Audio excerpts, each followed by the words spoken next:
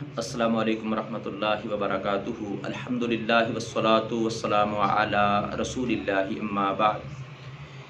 صحیح بخاری اور مسلم کی متفق علیہ حدیث ہے۔ صحیح بخاری میں 13 نمبر پہ ہے۔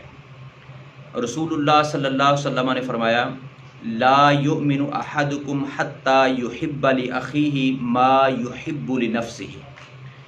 آپ صلی اللہ علیہ وسلم نے فرمایا، تم میں سے کوئی شخص مومن نہیں ہو سکتا یہاں تک کہ وہ اپنے بھائی کے لیے وہی چیز پسند کرے جو وہ اپنے لیے پسند کرتا ہے۔ اس حدیث میں ایمان کی نفی سے مراد کمال ایمان کی نفی ہے، یعنی وہ کامل مکمل مومن نہیں ہو سکتا، حقیقی مومن نہیں ہو سکتا جو یہ کام نہیں کرتا۔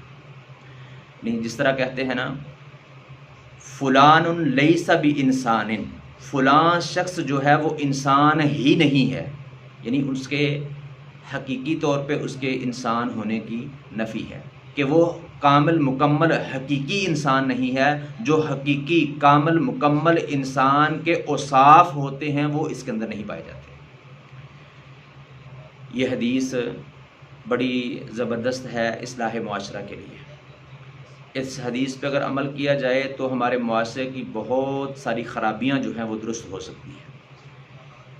یعنی کوئی مومن بھی ایسا نہیں ہے جو اپنی بے عزتی کو، اپنے آپ کو ذلیل ہوتا دیکھ کر خوش ہو اور پسند کرتا ہو۔ اپنا ذلیل ہونا، اپنی بے عزتی، اپنی غیبت اور چغلی کے بارے میں جان کر وہ خوش ہو، ایسا نہیں ہو سکتا۔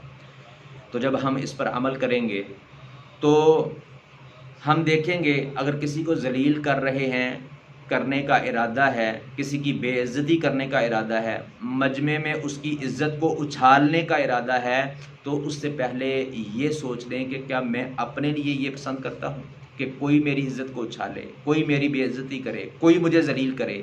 جب ہم یہ سوچیں گے تو کسی کی عزت کو اچھالیں گے نہیں، کسی کی بے عزتی نہیں کریں گے اور کسی کی غیبت اور چغلی نہیں کریں گے۔